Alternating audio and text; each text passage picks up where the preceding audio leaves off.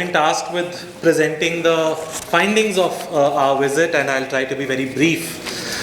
First of all, it's important to underline that we hadn't gone on a large-scale fact-finding mission.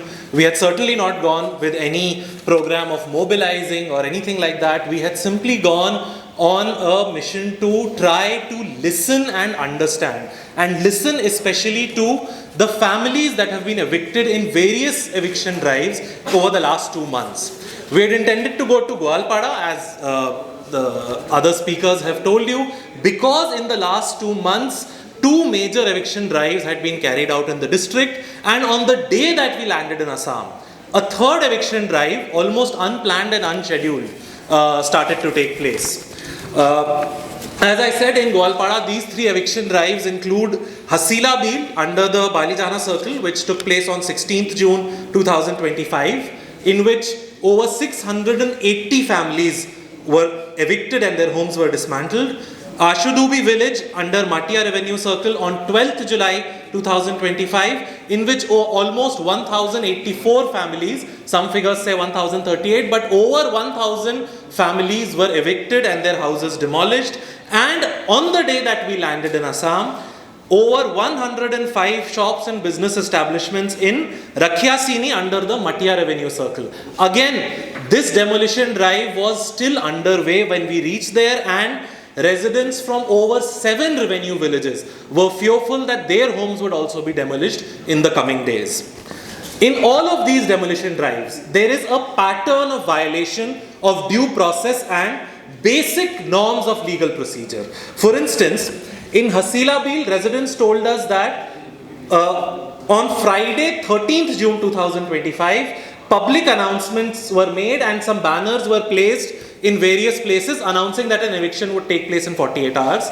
None of the residents got individual notices. They were not called, they were not given the opportunity to present themselves before any authority, to present their case, to establish why they had a right to stay on the land. And 48 hours after these public notices, on 16th June, the demolition was carried out. Similarly, in Ashudubi village, there were no individual notices. There were some public announcements. Some of the residents had even gone to the Guwahati High Court, which had taken up the matter. It had issued notice. It hadn't given any interim relief, but before the Guwahati High Court could actually dispose of the matter, on 12th July the evictions were conducted, and of course the facts on the ground have now changed totally. Similarly, in the Rakhyasini,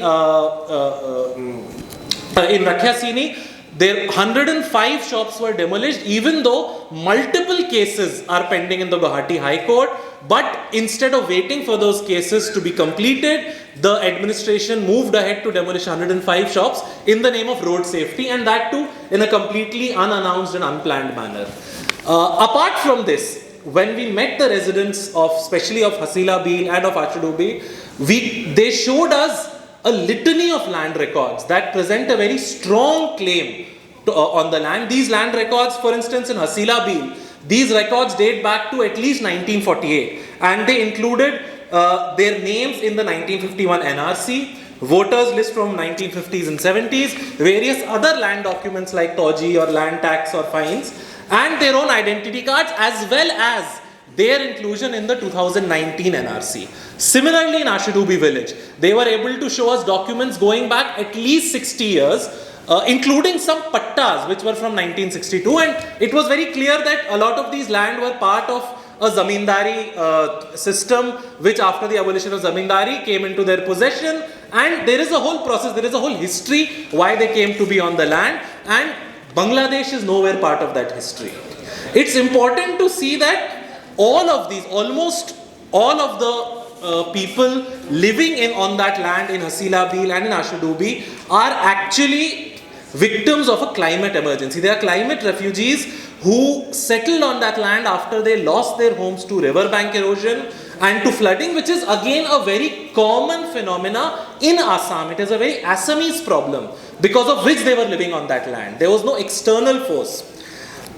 Therefore, at the very least, considering the history, considering the documents they had, at the very least, the Residents should have been given a chance to present their case. A careful judicial examination should have been taken place, but instead of all of that, the administration went ahead and demolished their houses. And not just their houses. Apart from the homes of over 1600 families, these evictions also led to the destruction of schools that were built by the government, Anganwadis that were built by the government, water sanitation schemes and water schemes, other similar schemes that were built by the government, public institutions like mosques and madrasas. So essentially, what we have been seeing, what our brief visit told us, and you should be able to read more about it in the brief report which we've prepared. You can get it by scanning the QR code here, or some print copies also we have.